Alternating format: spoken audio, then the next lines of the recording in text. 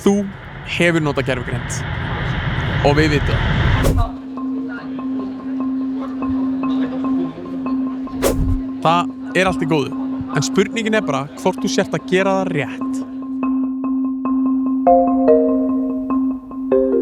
Fólk heldur að gervigreindin sé frumleg og gáfuð. Hún ekki gáfuð. Hún bara mjög góð í að þykjast vera gáfuð. Hún raun og veru búin að skanna allt internetið, hefur lesið allt, en svo gískar hún. Hún gískar alltaf. Chatbilla samt bara stundum. Ekki bara stundum, oft. Hún veit ekkert 100%, en hún gískar. Ok, við erum svo með verkfæri sem hefur lesið allt en skilur ekki neitt. Hún hreinlega gískar bara á það sem að þú vilt heyra. En hér málið. Segjum að gervigreindin bara búi til einhverja staðreind eða skáldi einhverja heimild. Hver ber þá ábyrgðina? Já, ég glemdi að taka út leiðbeiningarnar sem að Chatti gaf mér, þannig að þegar ég skilaði verkefninu þá skilaði ég með leiðbeiningunum. Það maður læri á þessu. Ég hef séð að það eru rosalega flottar ritgerðir, það sem að heimildaskráin lítur út fyrir að vera fullkomin, allt rétt sett upp samkvæmt APA. En svo kemur ljós að helmingur heimildana bara uppspuni. Vissi nemandinn að því? Nei, því hann treysti gervigreindinni. Nafnið hans var á forsíðunni. Ábyrgðin hans. Hvað þýðir þetta þá? Ertu að segja að gervigreindin sé bara gagnslaus? Nei. Hún getur verið mjög gagnleg.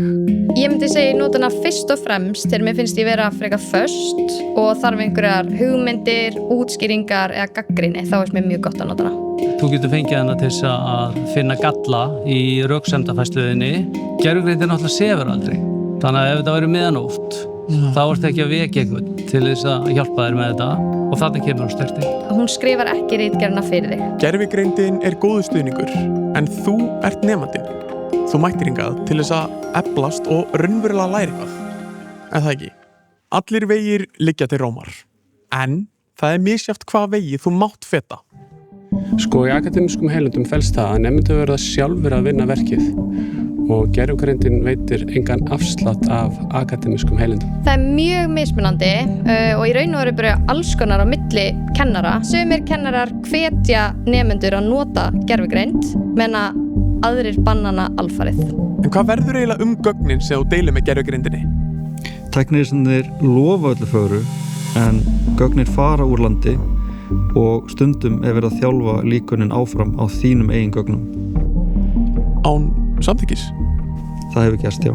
Þetta aðeins eins og að taka loka ritgerðina þína og senda hana á eitthvert óþekkt netfang og í raun og veru ekki vita alveg hvað verður gert við hana.